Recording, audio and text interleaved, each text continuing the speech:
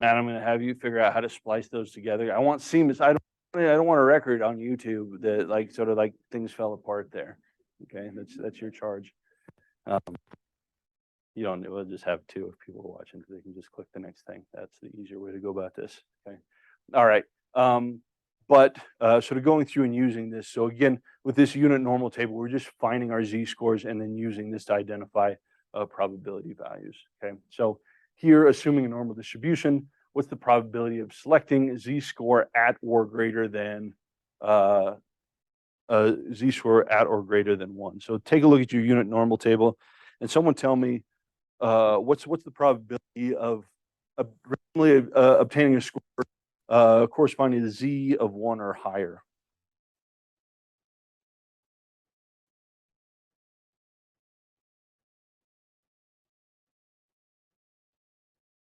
Yep. How did you get that? Mm-hmm. Yeah. Yeah. So what we did here,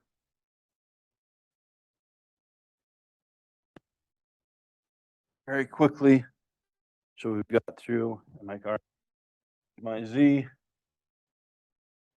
here's 0, here's 1, what I'm looking for, right? And want to make sure, okay? So it's going to be a smaller portion of that tail. If I find my z-score of 1, look over 0.159, we'll call it, okay? People get how we found that? And so again, what we're saying there is now all of a sudden, if I know these characteristics, it's like, oh, what's the likelihood of grabbing someone who scores a standard deviation or more above the mean? It's like 16%. I can tell you I can actually give you even more of a specific percentage than that, right? But about 16%. 16% of the time I'll grab somebody sort of who's above. Super likely? Not super likely, but if it happens, am I shocked? Probably not. Okay. And this is what space in terms of thinking about outside of yes, no types of situations, right? As I continue out, so the likelihood of me capturing a score becomes less and less likely, but not impossible, right? So wanting to think about this will start to become important when we get into strength of evidence discussions, okay? Like, so assuming that there is no effect in the population, what's the likelihood of me randomly selecting a sample with these characteristics? Not impossible, but it's super unlikely. And so to take that as evidence against the null, okay, which we'll get into the next lecture, but looking forward and how we would go through and apply this stuff. All right, so again, assuming a normal distribution, what's the probability of selecting a score at or less than 1.5? Danielle, can you tell me what you got there?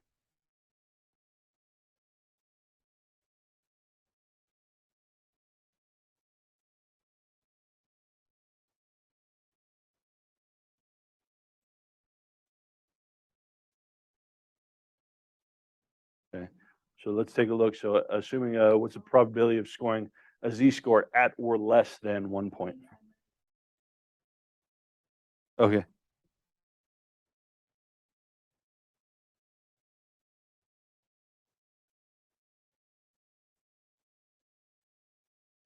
Okay. Okay. If we're sort of thinking about it, so here, if I go through and my marker is negative 1.5, and I'm going to find a score that's at or less than 1.5, which proportion of the tail am I looking at? Yeah, is this little piece right there. So what's the probability of me randomly selecting a score out there in that tail?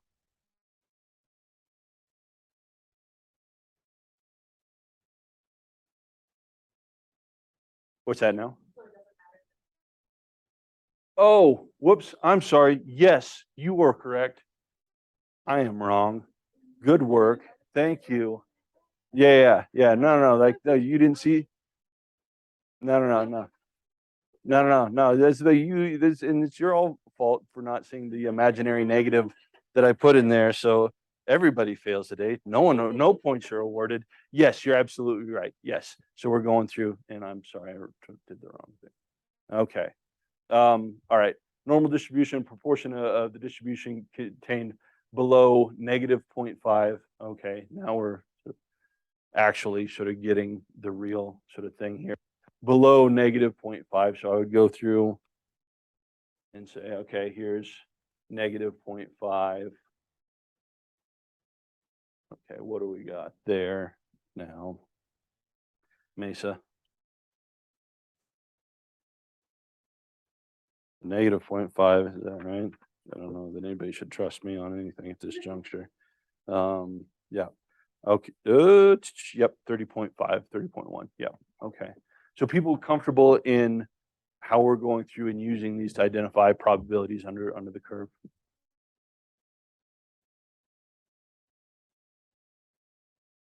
Okay.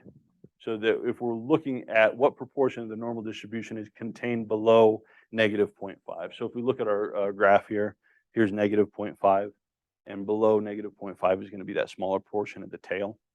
So if we go to z-score of 0.5, and if we look at the tail, it's 0.3085. Yeah, about 31, right?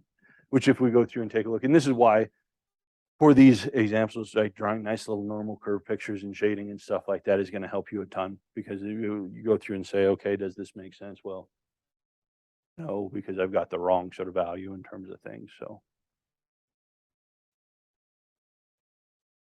why?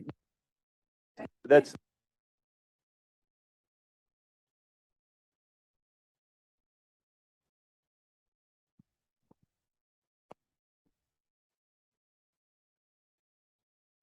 I spied on your notes. I like what I'm seeing. Okay.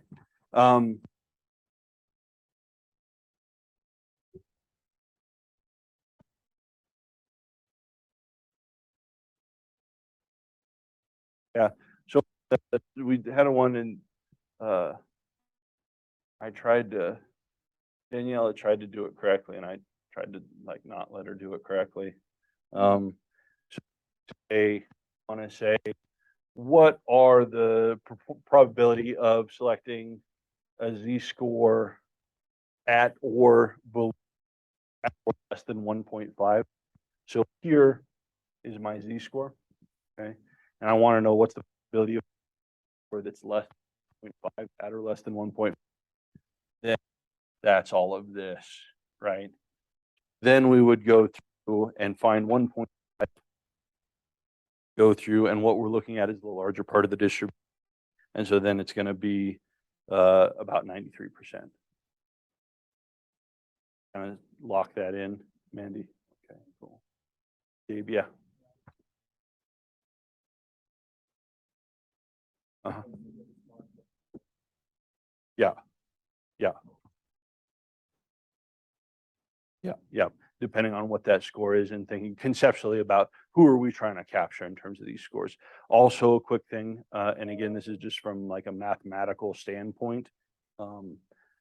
We never like if you say like what's the probability of getting a score of one standard deviation above the mean, there's no solution to that, because that's a singular point, and so there's an infinite number of sort of closeness sort of here, and so it's always at or below or at or above or between these two. So we're always looking at areas as opposed to sort of an infinite point that like sort of actually doesn't exist on. I mean, like it does in theory, but can never be captured with that. So yeah.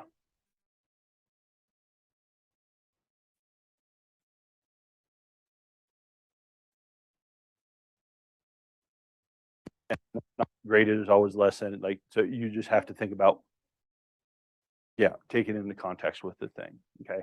And so that word, so yeah, don't try and figure out, so like, oh, if this, then that with this type of stuff. Say, okay, here's the thing, what proportion, or is it more above this or below this? Sort of thinking about the sign and things along those lines, and just shade that in, and then sort of make sure that that maps on with the numbers that you're getting. All right. People feeling comfortable with this? All right. So we can also ask questions for in a normal distribution, what z-score separates the top 10% for the rest of the distribution? Looking at our table, what are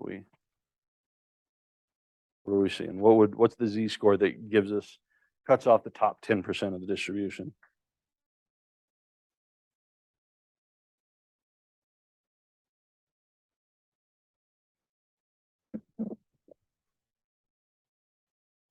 What we got, Johnny?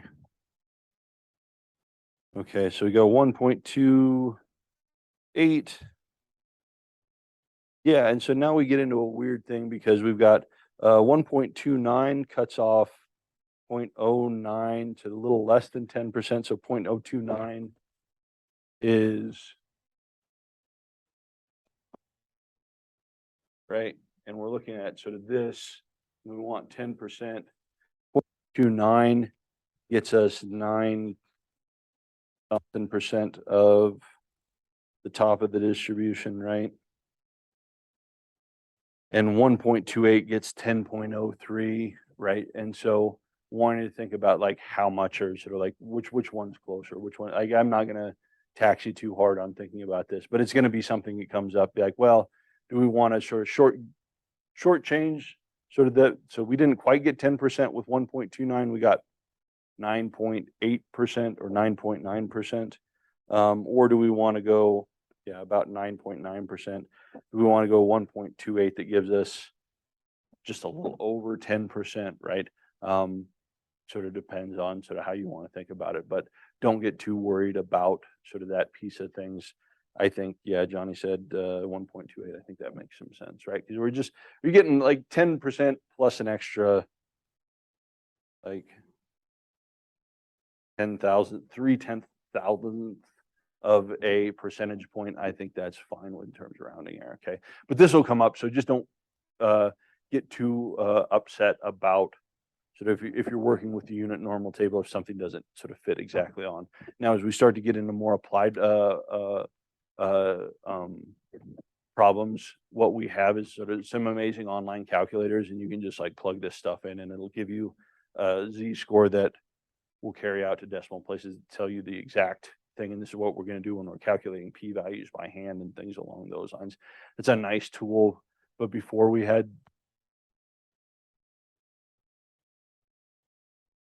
the thing that we had to work with, which was pretty a-okay at the time. So, okay. Someone have questions about this? Yeah, Mandy. Okay. So what we're doing is so we want to know separates the top 10% from the rest of the distribution, knowing that we're talking about sort of the smaller portion, right? And if I just go here and I find the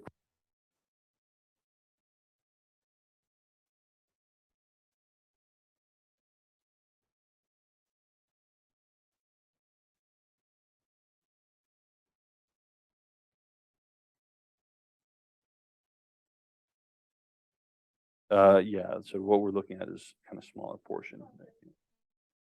Okay, no problem.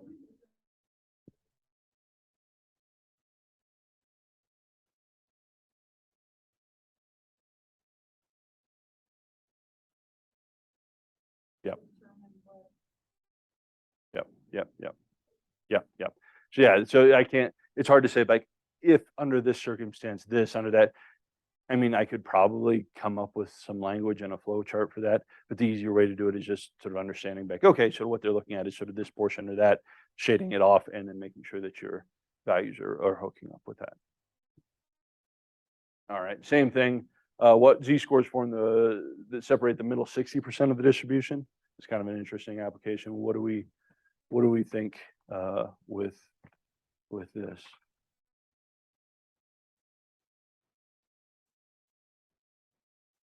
What z-score catches that middle 30%, would we say?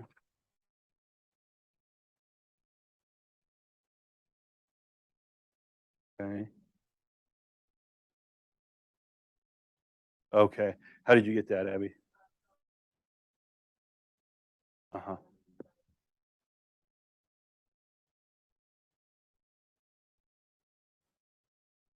Yeah. Yeah. So here we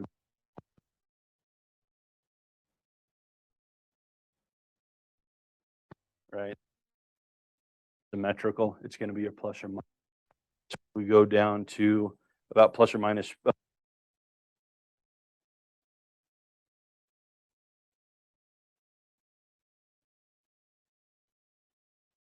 0.2995, right? And so then we got 30% on this side, 30% on that side at plus 0.84 minus 0.84.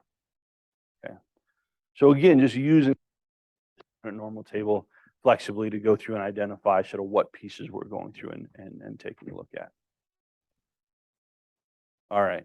So when we're using this, what we're going to do, we can go from a raw score to a z-score. We can go to a z-score to a proportion of probability, but our z-score is the intermediary specific probability values for specific raw scores. Okay. So if I'm looking at X to Z or Z to probability, cool. I don't need to actually do any calculations. I can, or sort of that's a quick and easy step. I mean, if I'm doing X to Z, I have to do some calculation, but getting from my raw score to the probability or proportion, that's where I have to work through my Z-score with that. Okay. What you wouldn't want to do is like grab a raw score and like read a raw score as a Z-score and then try and do something. You get yourself turned around with that piece of things. Okay. All right. So probabilities for our specific X's. Okay. What we need to do is transform the X's into Z's and then look up corresponding stuff. So here we've got IQ scores, normal distribution with mean of 100, standard deviation of 15. What's the probability of randomly selecting an individual with an IQ score less than 130? Okay. So what we would do here is we can just calculate our z-score, right? So we got a raw IQ score or standardized IQ score of 130, right? We know the mean is 100, so I take 130 minus 100 divided by 15 gives me a z-score of 2, okay? And then I can say, okay, I know that, draw my curve, here's my z-score of 2, and what I want to find is the probability of randomly selecting someone with an IQ score less than 130. So on that distribution, that's the big body, right? That's sort of probably the vast majority of people. But what proportion of the vast majority of people? If I go down through, I take in my unit normal table, right? And I say, okay, which portion am I looking at?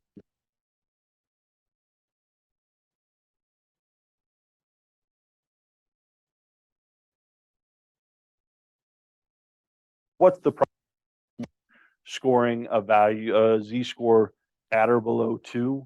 And so this is sort of what we're looking at. So which we're looking at here, the large, right? So if I go through, take a larger portion and look down, so about 98%, right? So 98% probability that I'm going to randomly select somebody with an IQ score at or below 130, which makes sense given what we know about sort of achievement testing and things along those lines, right? It's going to be a pretty rare event to get someone above that, right? And so we're looking at sort of basically close to 98% of the population is going to fall in this category. Yeah, we're using this and sort of moving back and forth flexibly. We do the same thing, find the probability between a couple of values. Okay, so let's say here, highway department conducts a study measuring driving speeds on a local highway. Observed speed has a mean of 59, standard deviation of 10. Distribution of speeds were normal. What's the proportion of cars traveling between 55, 65 miles an hour? Okay, so again, we're trying to capture that center of that distribution, right? But here it's not exactly symmetrical, right? So what I want to do here is I want to go through, draw my graph out. Okay, so here's my graph, and I go through and I want to calculate my z-scores. So 55 is going to be 0.4 standard deviations below the mean. 65 is going to be 0.6 of a standard deviation above, right? So if I go down through and I mark that, now I've got a piece below, so some portion below the mean, some portion above the mean, right? But I've got my specific z-scores. Pick up my unit normal table. If I look at mean to z and look at 0.4, I get a value of 0.1554 that captures this piece of things, right? And then if I go through corresponding 0.6, mean to 0.6 is 0.2257. Add those two things up, and I get the exact sort of proportion there in that distribution. Okay. this is kind of has like a puzzle quality to it, right? But one that actually has some pretty cool applications if we're thinking about it. If we know the distribution of these scores, we can start to capture sort of very specific regions of scores within sort of this uh, uh, relative to characteristics of the larger population. Also ask what proportion of cars driving between 65 and 75 miles an hour. Okay, same thing, right? Draw my curve. 65 z-score we already know is associated with the z-score of 0.6. 75 associated with the z-score of 1.6, right? So I just threw in my piece I'm looking for. A couple of different ways we can do this. Go through and I sort of know 0.6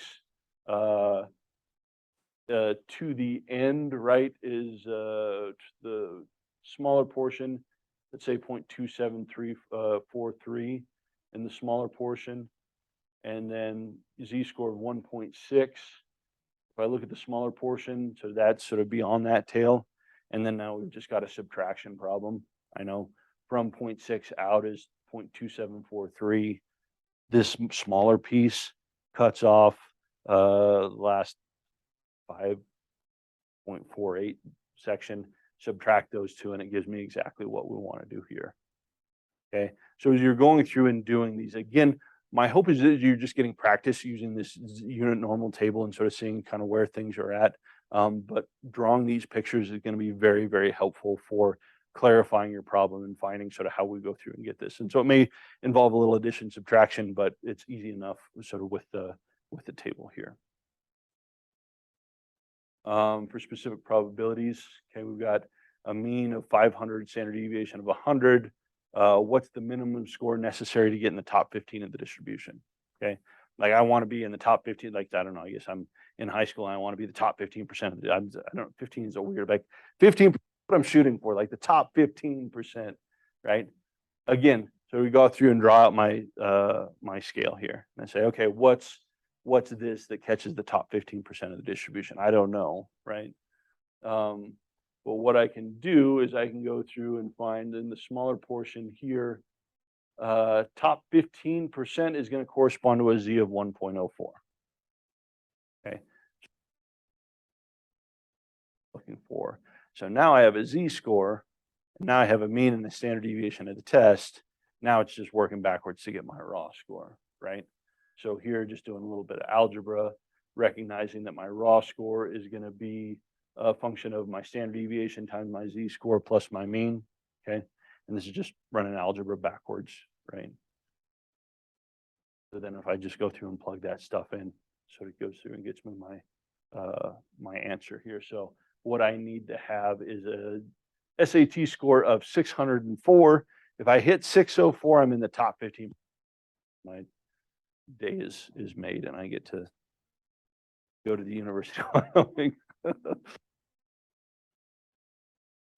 University, right? Okay. Looking at range of SAT scores that identify the middle at 80% of the distribution, same thing, right? So here I've got my scale, some portion here that's going to get middle 80%, go through mean to z, about 1.28 captures 40. So then I go through, I've got my z scores and can go through and say SAT from here to here, this captures middle end of the distribution, okay? So it starts to become a cool way to go through and think about, like, we don't do this a whole lot, but if we wanted to, right? Let's saying like I'm working on, so gave you, so interested in like sort of goal orientation, persistence, and sort of things. On this scale, I'm wanting to find people who are, recruit people who are kind of from the middle of the distribution. I'm not like, it's typical of people. I'm not trying to get people who are sort of way out at the end. Given some scale that's relatively normed in sort of relatively large samples, I can go through and say, okay, well, I want the middle 80% of scores, and that's going to be my screening procedure because I want to get people in this. You just work backwards with stuff and can go through and say, okay, what I'm going to do is I'm going to administer this in the pretest, and I'm going to pull people with scores between 36 and 58, and that's going to be consistent with about the middle percent of this distribution, right? more applications with this than we often use, but if we're thinking carefully about what we're wanting to do, some really cool ways we can go through and use this type of stuff. Okay. So why this is all important, again, and I've mentioned this a couple of different times, our distributions and our statistical distributions and our corresponding probability, our p-values, right? This is all predicated on sort of knowing mathematically what is the distribution of whatever test statistic that I'm calculating, right? This can be t's, this can be f's, this can be chi-squares, right? We've been talking about normal distribution, but these are all distributions with known properties. And if we have a statistic that follows a known property under sort of the known statistical assumptions, what we can start doing is starting to identify the probability of obtaining a score within one of these distributions and then starting to assign probabilities to it. Okay. This is the whole foundation of inferential statistics, is going through and saying, okay, I'm going to calculate this statistic and I know the calculation of this test or this coefficient has this distribution. And so what I can do then is start inferring the likelihood of obtaining a score of this or higher based on this known distribution, assuming I haven't violated underlying assumptions. Okay. So really, I mean, this is a little bit of like baby statistics, undergrad statistics, and it's not something that we sort of go through and utilize a whole lot in applied settings, but it is something that's the very basic thing that we're doing. So I really, really want you to be comfortable in understanding scores, what the concept is of identifying the probability of obtaining certain test statistics to help you as we sort of start to get into more applied types. All right, questions about this? Feeling all right? Okay. Was this mostly, we sped through that real fast, and thank you for bearing with me with that. Was this pretty much a review, kind of sort of, people have been exposed to most of these concepts before, right? Even if it was a while back. Okay, cool. Yeah. All right, cool. How about this? Let's go through, have a break. Let's come back at quarter to 4, and we'll jump into confidence intervals.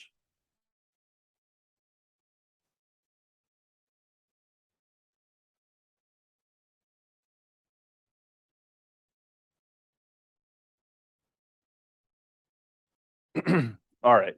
So we're doing pretty good on time, thinking about, so spending this last period talking about confidence intervals. Again, up to this point, what we've done is we've calculated descriptive statistics of our population parameters. Okay. The important thing to remember, always, always, always remember, tattoo this on your body, is that anytime we go through and calculate an estimate of a population parameter, this is just an estimate. That's all it is. It's not a real value. It doesn't correspond to whatever we're looking at out in the universe, right? We're always going to have sampling error. Sampling error is just the discrepancy between a population parameter and my sample statistic. It's always going to happen, right? It's our best guess. If we had to say, hey, what is the average value of this thing in students across the US, my sample statistic would be my best guess, right? But I know that the likelihood of that being sort of right on the money is functionally 0, depending on how precise that we want to get, right? And so what starts to become important is starting to think about, like, how precise are my estimates, right? If I were to do this again and again and again and again, so what's the level of precision? How much error do I have? Should I expect in this estimate that I've provided? Okay. And this is where our interval estimation starts to come in. Our intervals give us an index of precision, as well as a range of plausible values for whatever population parameter we're trying to estimate based on the available data and underlying assumptions of our model. Okay. With this, thinking about this, we're not just saying then, like, oh, here's the mean and it's the mean of my sample. No one cares about your sample. The only reason we're getting samples is try and infer something about some phenomena that's happening out in the universe, right? And so what we want to do is say, hey, here's my best guess for the average thing that's happening out there in the universe. but it would be nice to say, sort of based on my sampling methods and sort of what I've gathered, here's the tolerance. Like, here's kind of basically what we could expect in terms of variability, right? And so to try to put this in a more practical kind of thing, let's say research says that people who exercise 5 hours or more a week live longer than the average US citizen. Okay, so we've got evidence for an association between 5 hours of exercise and longevity, okay? But I might want to know, how much longer do individuals who exercise 5 hours or more typically live, right? So we can say that there's an association. If I'm trying to think about whether or not I want to exercise, how much am I getting? Might start to influence my decision, right? If it's an extra 5 minutes, I don't know if I'm that's motivating me to exercise. If it's an extra 10 years, boy, yeah, that's sort of a different thing, right? So like, not just is there an association, but how much, right? We might say the difference in height between men and women is not zero, right? But what's the magnitude, the actual difference, and sort of what are reasonable values we can expect from the population. This is where we start to get into some interval estimation that can be super, super powerful in telling us more than that just there is a difference or that there is an association between things. Okay. It's an elaborate sort of in trying to get people over the years to really understand what's happening with these confidence bounds. Okay, so let's say I get sort of a piece of property and I want to know how long that piece of property is. Okay, and I don't have surveying equipment, things along those lines. So what I do is I go through and I just kind of step it off, right? I say, okay, well, based on sort of finding stuff, I see that average stride of an average person about 5 feet. Okay, so I'm gonna go step it off. And what I get is I say, okay, I'm sort of guessing this is 95 yards. My piece of property is 95 yards, right? And so if you ask me, hey, Josh, how long is your piece of property? I'm going to say 95 yards, right? Sort of based on my estimate. But if you ask me, is it really 95 yards? Like, well, I don't know if it's really 95 yards. I mean, that's my best guess. You say, is it, so what, how long do you think it is? Well, I stepped off 95 yards and that's my best guess, but I'm not super comfortable putting a ton of money down on that it's exactly 95 yards. And so Lindsay then says maybe like, well, what if is it 95, 98 yards? I'm like, sure, maybe, right? Is it 100 yards? Is it 105? Like, eventually we're going to get sort of to a point where I'm like, well, probably not that, right?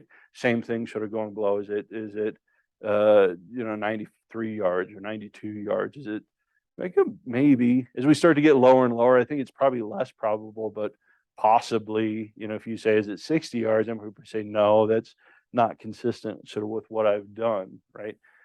Just thinking about this is kind of like what happens when we estimate things, right? We go through and we collect a sample to hopefully capture something going on out there in the universe. And our sample is our best guess for what's happening. But that comes with some error, right? And so things that are very close to my estimate, I might say, oh yeah, sure, my data would probably support that. But it's sort of, we get farther and farther out, the likelihood gets less and less until we get to a point where we're probably going to say, nah, that's not a guess that's consistent with what I've measured, right? And so that's going to kind of correspond roughly to my upper and lower limit. So the thing that I measured is my best guess. I might know that it's not exact, but it's the best guess I have given the data that I was able to collect. But if I'm a reasonable person, I should understand that there's some sort of flexibility around that. And there's some distance above or below that estimate that I'm willing to say, yeah, it's sure that could be that, or that wouldn't be inconsistent with the stuff that I've got. Thinking about confidence intervals in this way. Okay. So two things really that we need to keep in mind about this is one, recognizing that anytime we're estimating or measuring anything or calculating a statistic, what we're trying to do is map on and infer something about a population, right? No one cares about the sample. Sample isn't the issue, right? Are my samples, two samples different? I don't need statistics to say that. I just need to say like this one's mean is 45 and this mean is 46. 45 isn't 46, so the samples are different, right? What we're trying to do is saying, do we have enough of a difference here to in the samples that we've collected to make an inference about whether or not the populations are likely different, okay? So starting to think about not only estimation, but some of our precision and some of the error that works into this, okay? Also important to remember that as we're going through and we're calculating an interval, there are an infinite number of intervals that could be calculated from sort of whatever data that we're working with, right? So I go through in our property example, I go through and I sort of step off yardage, right? But Gabe is going to go through and Gabe might get a little bit different uh, estimate. Mandy might go through and get a different estimate. I'm quite a bit taller than Mesa, I believe. Mesa might have a very different, because Mesa is basically using a different instrument than I am, right? Because you've got sort of different length of legs, right, as we're going through. And so maybe we start to get differences. If we went through and had everybody and then just recruited people to go through and step this up, we're going to get a whole different range of estimates, right? Now, there's no way to say and be able to determine which one of those estimates is going to be the right estimate or the most correct estimate. We can go through and judge the quality based on how the approach was. Were people paying attention? Were they trying hard? Were they keeping their steps consistent? If people weren't, then you might have some stuff. But we're going to get an infinite number of estimates here. And what we might do then is to try and really identify sort of the length of our the length of our piece of property.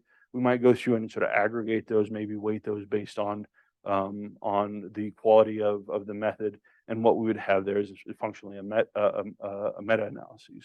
Right. So just recognizing that for all the statistics we have and all the tools and all the math and things like that, none of it's precise. It's all guesstimates, right? It's our best guesstimates. It's better than just throwing up our hands and saying like, it's a goddamn free for all and sort of whatever everybody wins and sort of whatever you want to do is all equally reasonable. It's not, right? But always recognizing that just because I've calculated something doesn't mean that that's the God's honest truth, right? We're always estimating things with error and sort of with some flexibility. And so it's trying to think about what are the things that are going in there that are influencing our estimates, and then think about how do we mitigate that? How do we work that into our interpretations? Okay.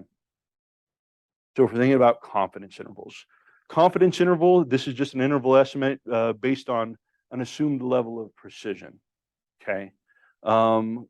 We've got for our confidence, what we've got in this, we've got our point estimate, we've got our level of estimation, and then we've got our interval. Interval is giving us our lower bound, our upper bound on things. Okay. This is where things get really tricky. And I'm going to be a stickler on this. I just really want you to understand exactly sort of what's happening with things, right? Formal interpretation of a confidence interval. I mean, sort of one way you could put this is over an infinite number of replications, right? Over all possible replications that could be pulled of a sample of this size from the population, which is functionally going to be close to infinity, right? The proportion of intervals that are expected to capture the true value, right? So if I say my level of estimation is 95%, what I'm saying is across an infinite number of replications, I would expect 95% of those possible intervals to go through and capture the true population mean, if we're calculating an interval around mean, okay? The thing to remember and sort of identify here is that that level of confidence is a property of the method, not the interval that we have, okay? What people will often say is there's a 95% chance that the confidence interval contains the true population parameter. Who was taught to interpret confidence intervals this way? Yeah. And it's commonly sort of the way that we go through and interpret things. And it's if I'm doing stat 2050 or something like that, it's a fine way to sort of talk to undergraduates about it. But if we're actually thinking about statistical methods and what we're actually doing, there's some problems with this estimation, because what it's doing is it's putting a level of confidence on this parameter and not on the method. The confidence is about the method we're using, not about the specific parameter that we get. Okay. From a conceptual background, our confidence intervals, these are following what we refer to as a frequentist approach. Okay. If I say I have make it concrete, let's say all undergraduates at the University of Wyoming. Okay, so that's my population, all on-campus undergraduates, right? So that's a discrete population. That's who I'm interested in, right? What we would say, if we're talking about an infinite number, in that case, it's not really an infinite number, because you could say all possible samples of 100 with replacement that could be drawn from undergraduates at the university. I don't know how many billions of possible samples that is, but it's a lot, right? But if we go through and talk and think about the full frame of possible samples of 100 that could be drawn with replacement from the, was it like, how many students with undergrads here? 9,000 or something like that. That's a lot of those, right? And if we were to calculate the mean for or a confidence interval for each one of those samples, we would have a lot of different estimates. Okay. Now, some of those intervals are going to contain the population parameter. Some of those intervals aren't. So my level of confidence says that of those interval estimates that could be calculated from all possible samples of a given size drawn from the population, we're saying that 95% of those intervals would capture the true population mean. Okay. The problem is that if I say there's a 95% chance that a given interval, sort of the one that you calculated, contains the population value, what this implies is that the population value is variable. This is like 95%, and what you're saying is 95% of the time, the population parameter is going to fall between 20 and 27, right? Well, no, not really, because the population parameter is what it is. It's either in there or it's not, right? What we do is, let's say, so I will go through and I calculated a confidence bound, and my lower bound is the fine interval estimate, right? And I say, well, there's a 95% chance that the population parameter falls between 3.45 and 7.86. There's not a 95% chance. There's a 0% chance or a 100% chance. It either does or it doesn't, right? The 95% has nothing to do with your specific interval. I don't know of these possible intervals, which one might. I'm hoping it's going to be one of these, right? But it very well could be this one or that one, right? If it is this one or that one, do I know that that is where my sample falls? I don't know that, right? All I have is because I just have the one sample, right? And so when we're thinking about this and sort of old school Neiman paper, thinking about coverage probability being a property of a sequence of confidence intervals computed from a number of valid models rather than the property of any single estimate that we make. Okay, Johnny? Yeah.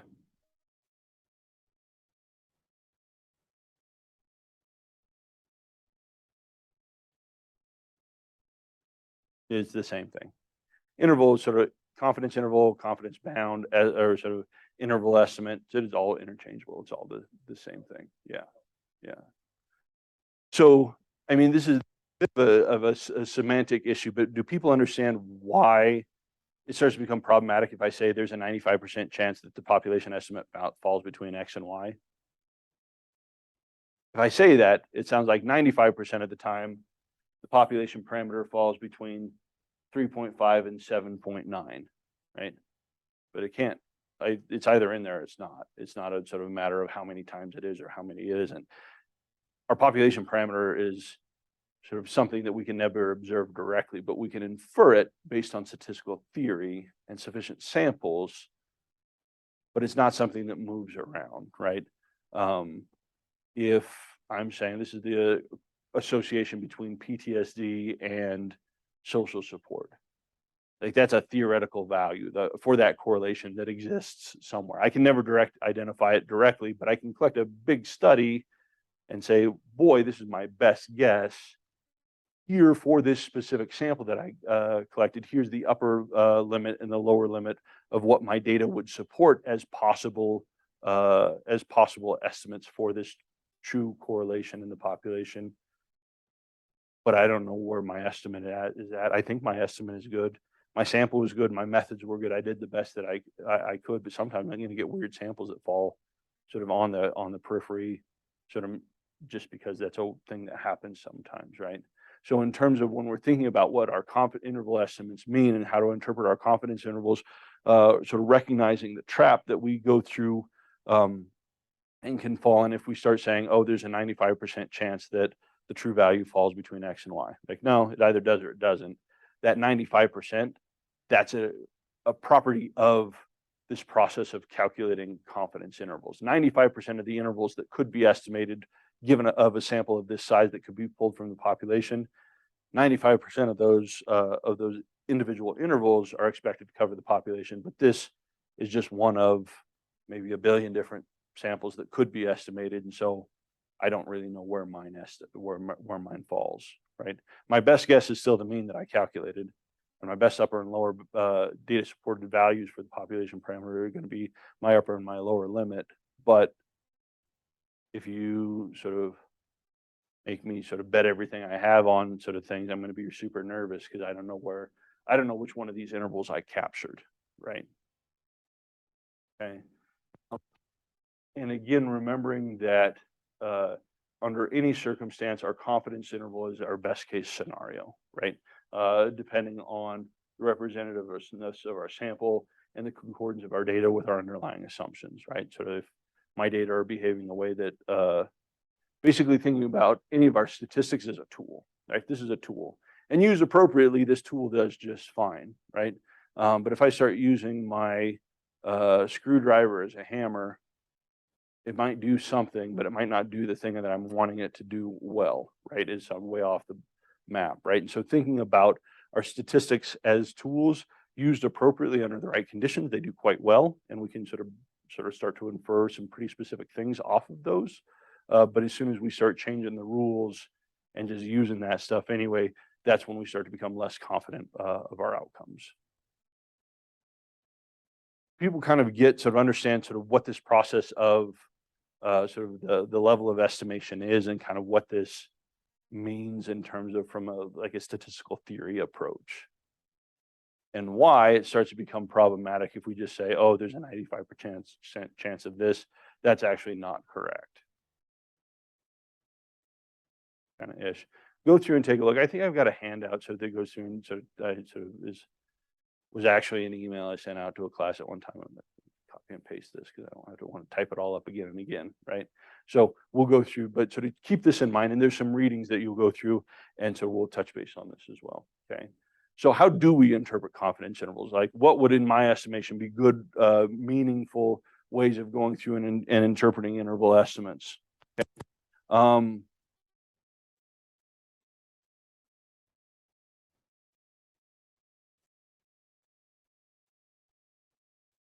Available data, right? Based on the data that I have, this is a range of reasonable estimates for whatever it is that we're trying to estimate, right?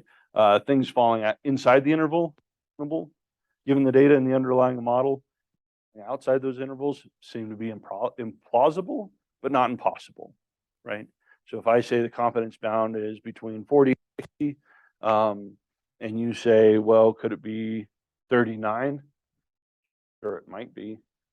Based on the data, it doesn't seem plausible, but it certainly could be. Anything's possible, right? But sort of things falling between these levels are things that would be reasonable data supported estimates. Okay, so we like that. We'd say that observed data are compatible with values. The observed data are compatible with values of the parameter falling within the interval, or relatively incompatible with values outside the interval, right? So my data are pretty consistent with anything between here. My data would say, yeah, you say, okay, here's my best guess, here's their actual mean, but anything within this interval, we would say, based on the data that we have and the methods that we're using, would be reasonable, or the data is compatible with that, incompatible with a value outside of that, right? So I guess that the mean is 50 with the interval from 45 to 55. And you say, well, what about, is it 60? I was like, I don't know, maybe. The data I've collected aren't compatible with 60. 60 is not a value that's supported by the data that I've got. So I would probably say no to that. Is it possible? Sure. But it's not consistent with a data supported value that I've come up with, right? So we like that. Values are compatible with the data. Values compatible with the data given the underlying model, whatever your lower bound is to your upper bound, right? Like that. Lower limit provides a plausible lower bound estimate for the parameter, upper bound, reasonable upper limit to these data. Margin of error, okay? Margin of error is going to be whatever you're plus or minusing from that mean, right? So if I say my point estimate is 50, my lower bound is 40, upper bound is 60, my margin of error then is 10, plus or minus 10, right? And so we would say this plus or minus 10 reflects the largest expected error of estimation based on the data in the underlying model. Okay. So here, instead of, this is a way to start talking about things in terms of that tolerance, that plus or minus, that margin of error, as opposed to sort of necessarily upper bounds, right? So I could say my best guess for this is 50, but margin of error would expect sort of at most sort of a miss of about 10 plus or minus, sort of based on what I've got here.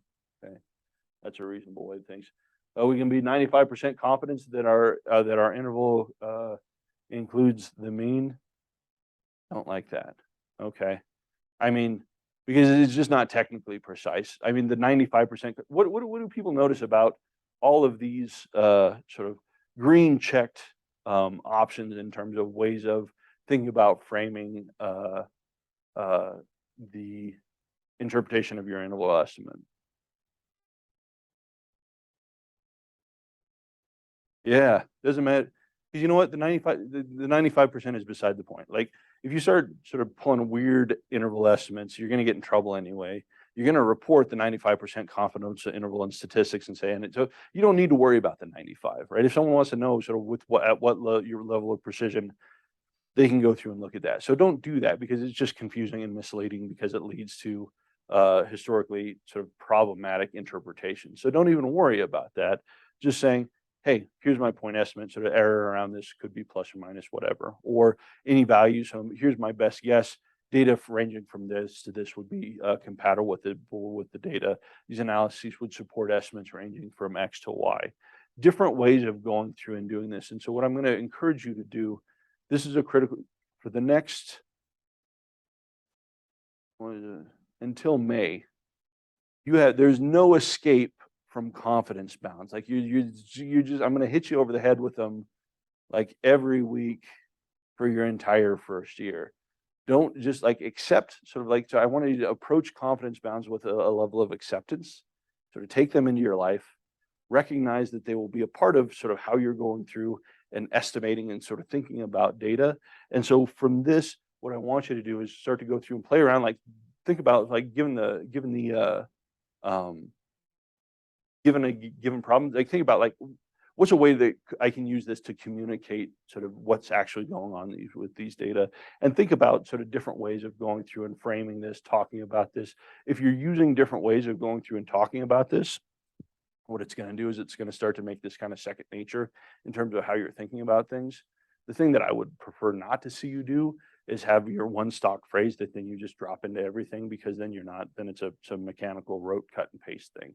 You're probably going to get things wrong because it won't make sense, and there's not sort of a deeper understanding of what's happening with this. So here are some examples in some of your readings. There are some other examples, sort of ways to go through it and think about things. If you start identifying things as there's a 95% chance that sort of the true value falls in this, I'm going to flag that.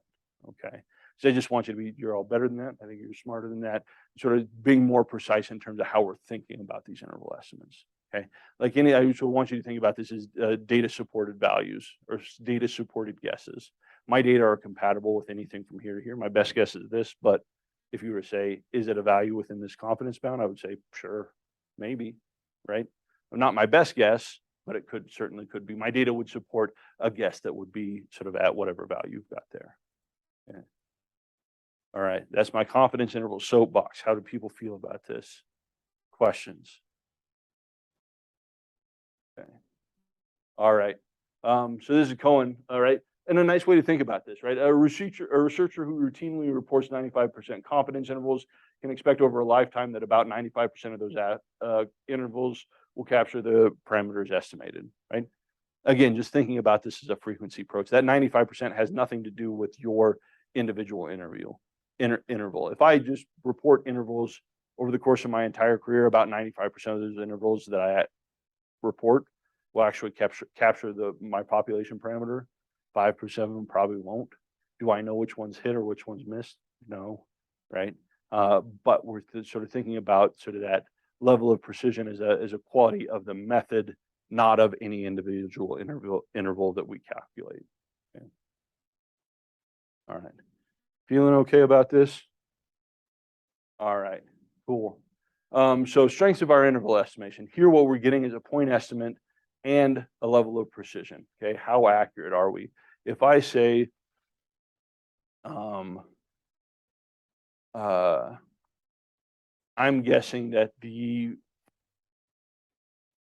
amount of time that first year students set on a problem set is, say, 5 hours. Okay. And you're like, okay, so that seems pretty good. Then I back in, my confidence bound on that is anywhere from useful estimate? No, but we do this all the time, right? And so thinking about if we actually get an interval estimate, we say emphasizes how much, right? What we're generally doing with our statistic, all of our statistics that we're going to talk about this semester, the null hypothesis is that something is zero. A lot of times I don't care if something is zero. I'm more interested in what it is, not if it's exactly zero or not, right? And so with our interval estimates, what we can start doing is start thinking about what's my estimate, what are values that are supported of this by my data, and how precise are these data? Because a lot of times I say, oh, it's anywhere from practically nothing to a billion, right?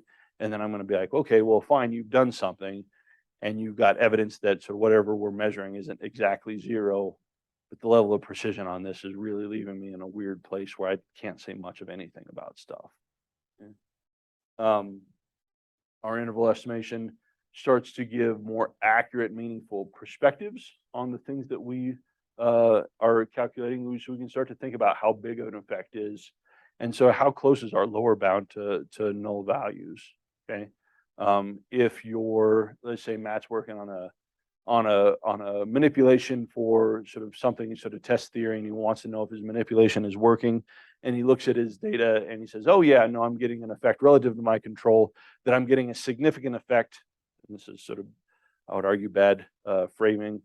Matt says, I'm getting a significant effect of my experimental condition. Okay, like, all right. But if we look at sort of the interval estimate on Matt's effect, it might have a lower bound estimate that's sort of infinitely close to zero. Now, it's not exactly zero, but it's still really close to zero. And so if you say, hey, is the reasonable value for this impact of your manipulation, Matt, very, very, very close to zero, Matt's going to have to say, yeah, it could be very, very close to zero, or it could be something massive. Hard to tell, right? I can start sort of thinking about sort of the faith that I have or want to put into using Matt's manipulation before I start spending time, energy, resources, and things along those lines. Okay. Clinical folks, if we're thinking about, okay, here's a intervention, right? And this intervention has a significant impact on sort of outcome, right? Meaning that I see a significant reduction in sort of symptoms. Well, I've used the word significant a whole lot. And when I hear significant, I think it's meaningful and important. But if I actually look at the interval estimate, like, yeah, it's not zero, but sort of the lower bound estimate is like sort of like 2-point reduction in terms of my thing. Well, if I just spent, 14 weeks with somebody working on something, spending time, energy, and effort, am I wanting to invest time and energy and effort in something that sort of reasonably at the population results in a 2-point reduction in symptoms? Maybe not. I don't know. But this is just one study out of sort of a lot of different studies that could be conducted, but I'm starting to worry about strength of evidence with this stuff, right? So thinking about how close is that lower bound to, our lower bound of our supported values to whatever our null effect is, okay? Giving us a much better estimate of the extent to which effects are comparable across studies, okay? This is a primary function of meta-analysis, okay? Significant tests are a terrible, terrible, terrible way to go through and determine whether or not we replicated something. Like, this is a thing I fight with in reviews all the time, okay? People say, well, this study didn't find a thing and this study did find a thing. And so the results are inconclusive or incompatible. Like, well, maybe the actual point estimates of those things are actually pretty close. One just had a few fewer people and just kind of tipped over and captured zero, when in fact, they're actually telling us very, very similar things, right? So just because one met benchmarks for statistical significance and the other one didn't, doesn't actually necessarily tell us anything that they're sort of different. They could be very, very similar, okay? So again, wanting to go through, if we can start looking at estimates, and here's where we see our meta-analyses, right? If we think about that, map of those confidence intervals, right? even if some of those are creeping over onto zero, right, which would be non-significant studies, if they're really kind of overlapping all the same way, and some just have a sort of a little better precision and a little less precision, right? What we can see is like overall, it looks like across studies, our effect is about this, right? Now, whether or not some studies eked over on a zero or not is sort of beside the point. Not saying that those were bad studies or that those studies were giving us different answers. It's all kind of lining up on the same stuff, right? Um, about so thinking about sort of this spread, we're kind of getting sort of about the same thing now. Some of those just go through and don't quite capture, and they're kind of extreme, but they're not completely incompatible with stuff, right? So looking over the long haul across replications, are we getting a better bead? Confidence bounds are a better way to go through and do this than sort of whether or not a p-value cracks above or below 0.05. Okay. So again, from that Wilkinson study, the inclusion of confidence intervals for estimates of parameters for functional or for functions of parameters such as differences in means or effect sizes, extremely effective way of reporting results. Combine information on location and precision. They are in general the best reporting strategy. Okay, hands down. We've been talking about this for 100 years, like, right? Problem is it's easier to just call something significant or not significant based on whether a p-value tips over one way or the other, right? That's a nice decision rule that people are more comfortable with because I can put it in this box or that box, right? But in actual fact, if we're thinking about strength of evidence, it's a real kind of terrible way to go through and do things. And we'll talk more about the limitations of this strategy and why I'm going to push you off of for this class, talking about things in terms of, oh, this is a significant effect. I don't know. That doesn't tell me much of anything. Tell me sort of the level of precision, sort of upper and lower bound estimates. What are we trying to measure, and how does this data, what does this data suggest about the thing that we're trying to capture with things? Okay. So a more elaborate and sort of maybe a deeper way to be thinking about things than making yes, no decisions about a semi-arbitrary sort of p-value with things. All right. Conceptual and practical implications of upper and lower bound estimates. So if I'm going through and estimating and I have a lower bound estimate based on my data that's very near some practical null value, start wondering sort of how confident am I going to be that these results provide evidence of a meaningful effect. Okay, so let's say I have decided that sort of for my manipulation at least 5, or a decrease or increase in 5 to go through and while. And so I've got my interval estimate, and my lower bound is, let's say, 5.2, and my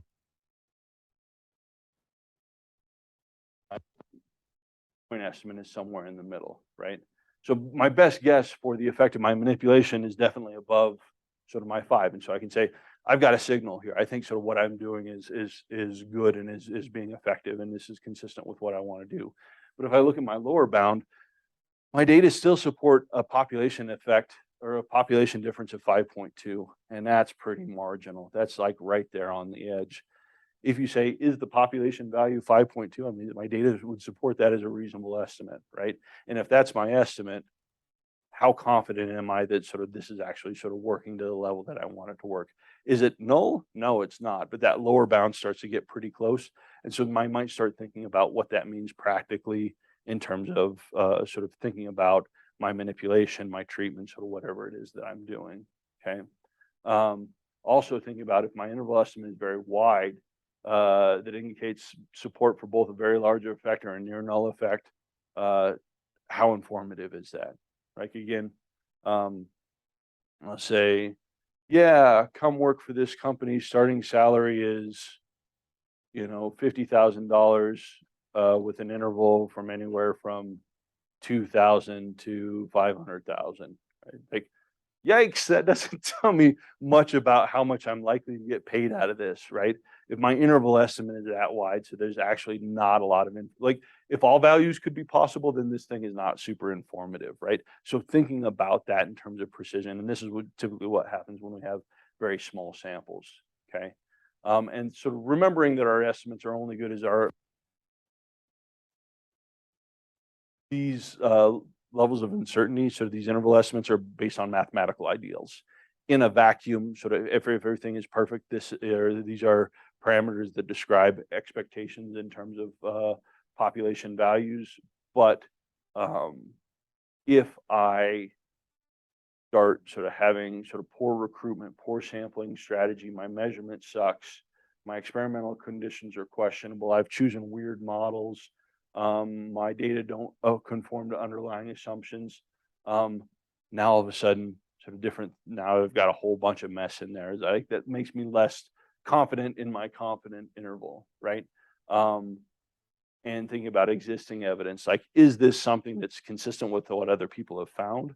Like, a lot of times we say, oh, hey, we found this thing that no one else has found. I've uncovered something amazing and new.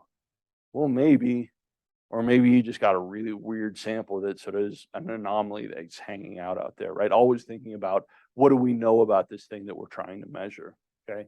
Taking this into consideration. And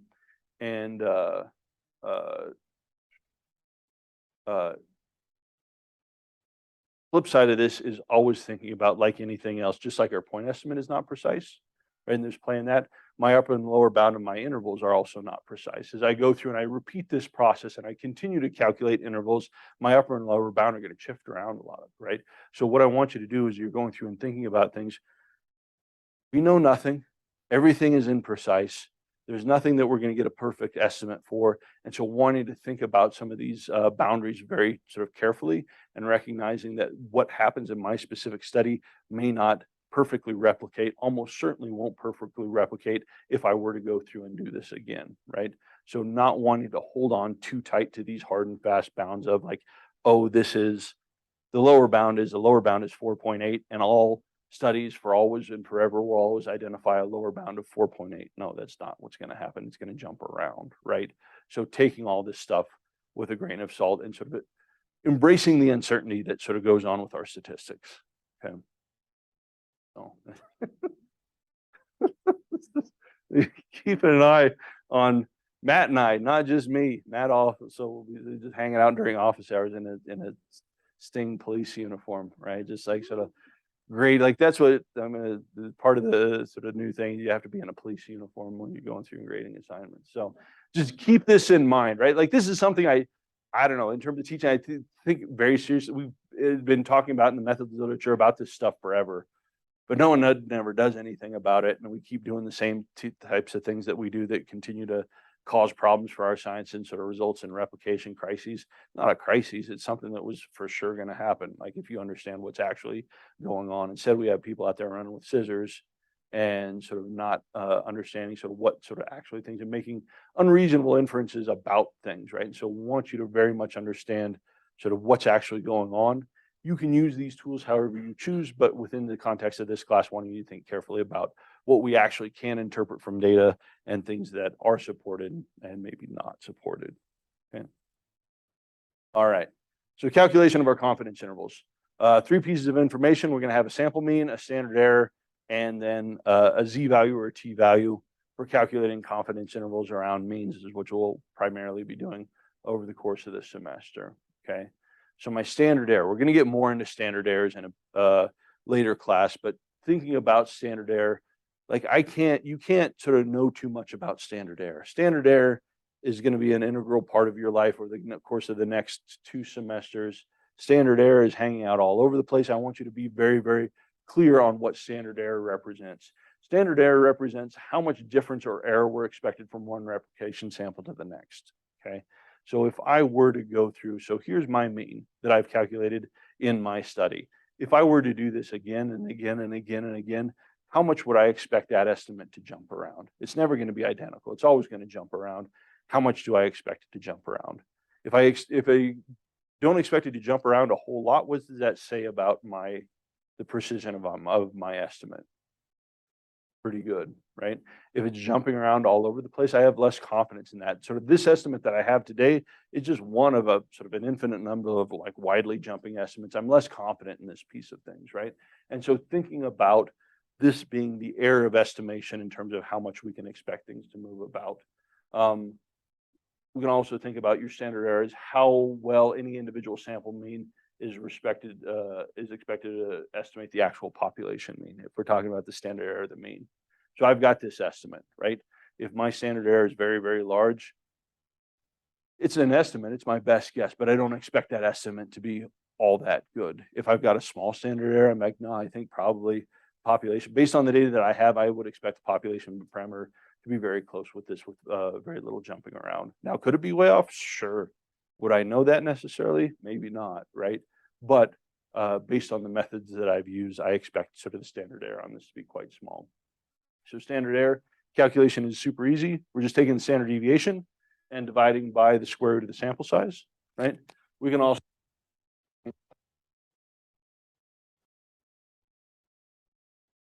as equivalent. So depending on whether or not you're working with standard deviation estimates or variance estimates, gets you the same thing.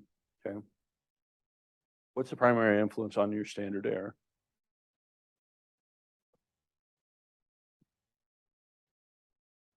What's that? Yeah. How do you know that? Yeah, right. Is that denominator, and what happens to my denominators? What as my sample gets really, really big, what happens to my standard error? Thinking conceptually about standard error, does this what it is and what it represents, does that make sense? Yeah. As my samples get bigger and bigger and bigger and bigger, I've got a much better representation. And so I would expect with a very, very large sample, my estimation of the mean is going to move very, very little, right? As I start to get smaller, if my sample's 10, right, that standard error is going to go through the roof. The numerator, this variability or the standard deviation doesn't matter. I mean, that just kind of is what it is. This is the thing that drives, I mean, it does to some extent, right? We want to, if our variability is quite high because we got garbage measures, then that's going to impact our standard error. But really the thing that's going to influence it is our sample size. So as our sample size starts to get larger and larger and larger, what happens to the precision of my estimate? Gabe? Yeah. As my sample gets larger and larger and larger and larger, what happens to the precision of my estimates? They get more precise. And if I've got a more precise estimate with less static, what does that do to the power of my test? Power goes up, right? I can start to tease out very, very subtle differences between groups or in associations and things like that if I've got that large power, and that's all driven by my sample size. Okay. So again, we've got a ratio, sort of this above this, right? Thinking about what are the things that influence my standard error, primarily going to be sample size here. All right. Again, cannot emphasize enough how important it is. Like standard error is one of those things in like undergrad stats. You're like, oh, standard error is just a number that sort of is involved in something. Understand what standard error means, because it starts to be really, really important as we start to get thinking about sort of level of evidence or degree of evidence we have for things and sort of how our methodology starts to influence this. So a basic formula here, we've got our 95% confidence interval because that's generally typical. What we're doing is we got a mean plus or minus a z-score, because we're working with z-tables right now, multiplied by our standard error. Depending on my level of estimation, these are hard and fast z-scores. 1.96 is going to be generally what goes on. And if we go through and take a look at our z-table, if we look at the z-score that's going to capture the middle 95% of the distribution, so 2.5 at the one tail, 2.5 at the other tail, we're going to get a z-score of 1.96. So at alpha 0.05, this is our z-score. For 99, 2.58, 90% interval, we don't see those as much, but they come up sometimes. So just identifying the z-score that corresponds to your level of precision, right? And then it's just basically plugging stuff in. Okay. All right. So for first example, let's say we've got former librarian, a local library claimed that on average, books in the library were 20 years old. Okay. New librarian, this is the hip new guy or a gal coming in, right? Sort of figuring out like, hey, I'm more interested in figuring out what's the actual age of the library books. And new librarian randomly selects 150 books, records the publication date. Mean age of the books in the sample was 23.8 years with a variance of 67.5. Okay. So what we want to do is we want to calculate the point estimate of the true age of books, calculate a 95% confidence interval for the true age of books, and then provide an interpretation of that confidence interval. So if we go through, what's the point estimate for the true age of books in this? What do you think, Lindsay?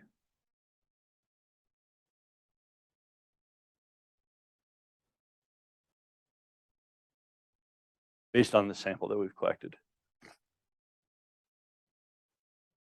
No, just looking at the example. What's our best estimate based on our sample for the true population age of books in the library? 23.8, right? It's different than the 20 sort of estimate that sort of the previous librarian has gotten.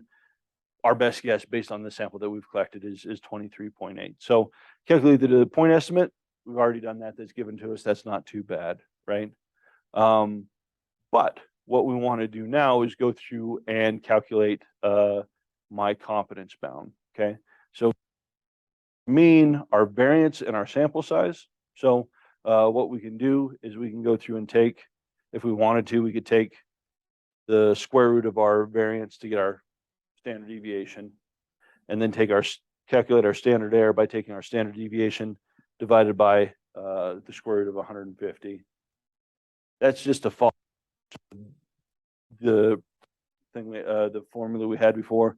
This is going to be a more straightforward. This cuts down on the number of steps, right? If you have variance, just take the variance divided by the number of people and take the square root of that, right? If you want to save yourself some time. We get our standard error of 0.671, okay? And then what we're going to do is we're just going to calculate our confidence interval. We got a 90, or we want a 95% confidence interval. So we've got our point estimate plus or minus our z value multiplied by our standard error. We go through and calculate that out, and we get a lower bound of 22.5, upper bound of 25.1. Our margin of error here is 1.32. That's just the 1.96 times my standard error, right? So we're basically just taking our point estimate and adding and subtracting 1.32. Okay. So we've gone through, we've calculated our 95% confidence. So people see, I mean, that's kind of abbreviated math. Do people kind of see sort of how we sort of went through and calculated that? All right. Now comes the tricky thing, right? What we want to do is go through and interpret these this interval estimate. And different ways we can go through and do this. And I want you to play around with different ways of thinking about this, because it's going to give you some flexibility in terms of how do I understand what's being given to me here. We could say that based on the data collected in the sample, plausible values for the average age of books in the library range from 22.5 to 25.1 years. Okay. So we're saying, so my best guess is 23.8, but anything from 22.5 to 25.1, those are data supported values, right? We'd say data supported lower bound estimate, 22.5 years for the average age of books with an upper limit of 25.1. Results indicate a point estimate of 23.8 years for average age of books with an expected error of estimation to plus or minus 1.3 years, right? Any of those are good ways to go through, and they're telling you the functionally the same thing. We're just playing around with the information or sort of way that we're delivering this. Okay. So here's what we can do in terms of thinking about, but remember that we're just not calculating the confidence interval just to do it, just for the whole heck of it, right? What we're doing is trying to understand something about the likely age of books in this library. So general conclusions, right, that I might pull from this is I might sort of identify that, say, the average age, the estimate for the average age of books is pretty reasonable, pretty precise, given a margin of error of 1.3 years, right? In the grand scheme of age of books, that's not too bad, right?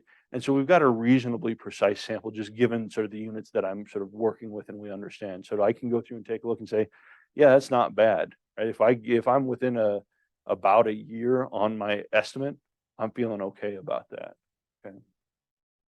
And say former librarian's estimate the average age of books in the library does not appear to be plausible given the data selected in the sample. Results suggest that the former librarian's guess at minimum underestimates the true average by approximately 2.5 years. Where did I get that? What did I do to get that? Yeah. Yeah, right. And so here I'm just thinking about like what were we trying to do in the first place? Well, old librarians had average books is 20 years. Like, well, I can look and say, is 20 years an estimate that's supported by my data? No. I mean, is it possible that the true age is 20? Sure. The data that I've collected don't support that.